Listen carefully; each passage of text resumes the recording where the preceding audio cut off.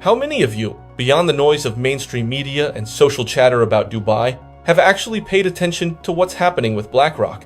If your attention span stops at a few seconds, this probably isn't for you. But if you're serious about understanding how the financial system really works, then stay with me. What happened in recent days has highlighted something very few truly understand. What happens when you want to exit an investment and you can't? In private credit funds, the issue is not performance.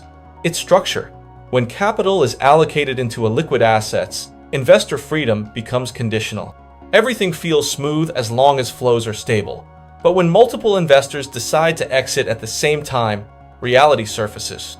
Limits, gates, restrictions.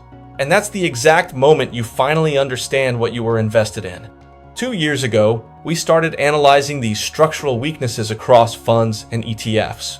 That process led to the development of the ATF, Active Thematic Frameworks by Global Asset, a completely different approach. ATFs are not vehicles designed to hold your capital.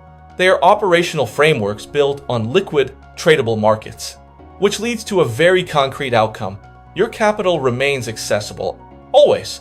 No blocks, no exit windows, no bureaucracy.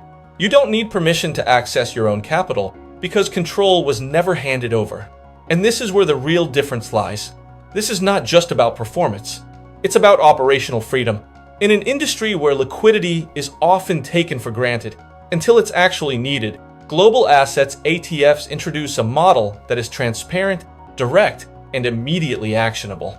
So the real question becomes, how much is it worth to you to be able to enter and exit whenever you decide?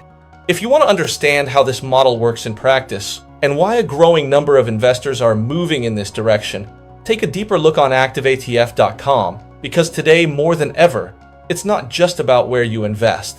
It's about how free you are to decide